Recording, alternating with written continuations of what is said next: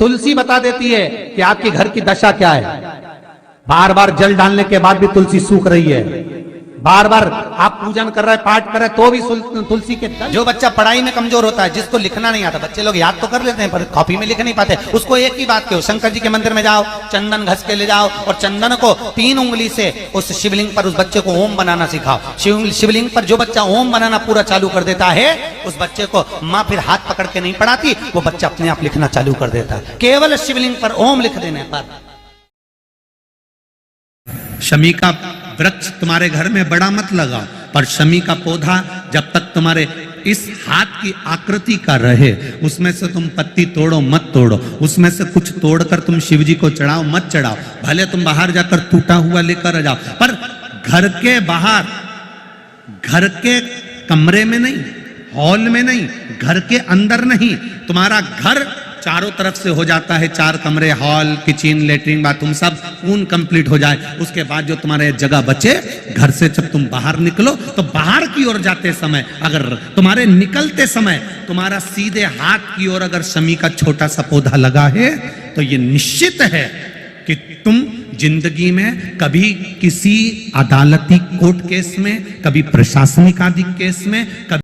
और आप सबसे निवेदन करूंगा कि आंवला नवमी के दिन शाम के समय पर आंवले के वृक्ष के नीचे घी का दिया लगाकर कनक धारा स्तोत्र का पाठ अवश्य करें।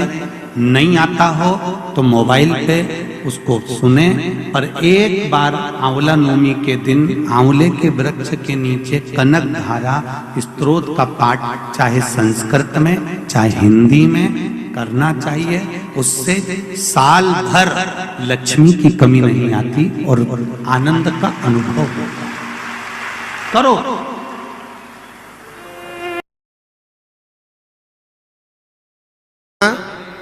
घर में तुलसी का पौधा होना जरूरी है। क्यों जरूरी है? जब कोई हमारे ऊपर विद्या करता है, कोई तंत्र विद्या, कोई मंत्र विद्या करता है, तो हमारे ऊपर वो विद्या का असर नहीं होता अगर तुलसी का घर में पौधा है, क्योंकि वो असर पूरा तुलसी पर आ जाता है। किसी किसी के घर में तुलसी सूख जाती है।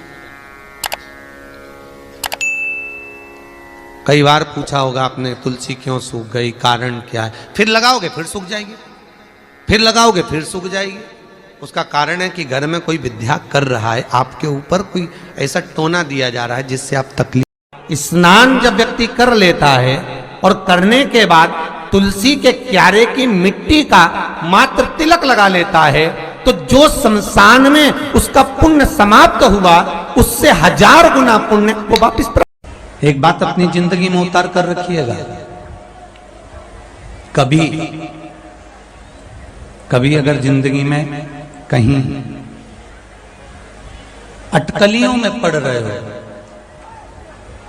कहीं तुम्हें ऐसा लग रहा है कि मैं बहुत अटकलियों से निकल रहा हूं, एक समस्या पूर्ण होती है, दूसरी समस्या पड़ जाती है, दूसरी समस्या पूर्ण होती है, तीसरी समस्या पड़ जाती है, तीसरी समस्या पूर्ण होती है, चौथी पड़ जाती है, तो एक काम जरूर करना कि बेलपत्री के वृक्ष के नीचे, बेलपत्री की जड़ में लाल चंदन का पानी 1 लोटा प्रत्येक सोमवार को चढ़ाना प्रारंभ कर दीजिए। अपने आप अटकलें।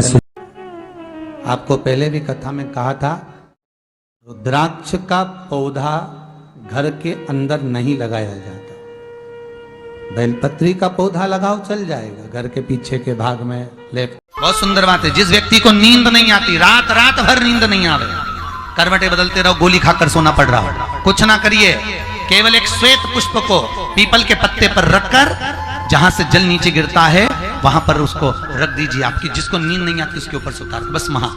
और जिस दिन आप रख के आओगे, उस दिन नंदी का एक पांव, जो नंदी शिव जी के सामने होता है, उसका एक पांव उठा हुआ होता है, उस पांव के पास में जल समर्पित करने के बाद नंदी के सीधे कान में अपने नेत्र बंद कर भगवान नंदीश्वर के कानों में सुयशा का नाम लेकर, जो अपनी कामना धीरे से नंदी के कान में कहकर आ जाता है, 3 से 3.5 महीने में उसकी कामना पूर्ण हो जाती है। सुयशा का नाम लेकर नंदीश्वर उसको शिव को समर्पित